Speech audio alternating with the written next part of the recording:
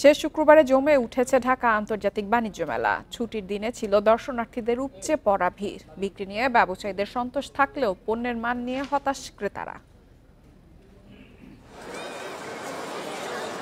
শেষ দিন শুক্রবার দুপুরের আগে থেকেই মেলায় ভিড় বাড়তে থাকে দর্শনার্থীদের। বেলা বাড়ার সাথে সাথে এ সংখ্যা আরও বাড়ে। মেলায় এবারে পরিবেশ ও সার্বিক ব্যবস্থাপনা নিয়ে ক্রেতাদের ইতিবাচক মনোভাব থাকলেও পণ্যের মান নিয়ে ছিল হতাশা। ওভারঅল সবকিছু ভালো। আগের দিনগুলোতে প্রাইস অনেক বেশি ছিল, আজকে যেহেতু মনে হয় শেষের দিকে একটু প্রাইস সবকিছু কম। গতবারের চেয়ে এবারে আর একটু ভিন্ন আঙ্গিকে ভালো লাগলো। বাচ্চাদের খেলাধুলার সামগ্রী একটু বেশি ছিল, সব মিলে বেস্ট।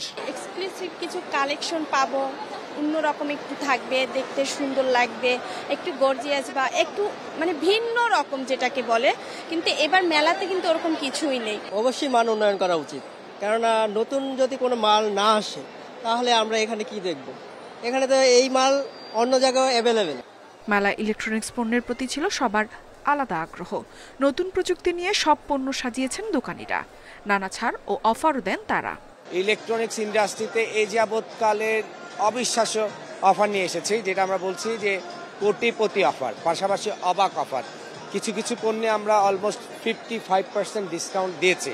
মেলায় খাবারের দোকানগুলোতে ক্রেতাদের ভিড় ছিল চোখে পড়ার মতো। ইফাতারা, ইন্ডিপেন্ডেন্ট নিউজ।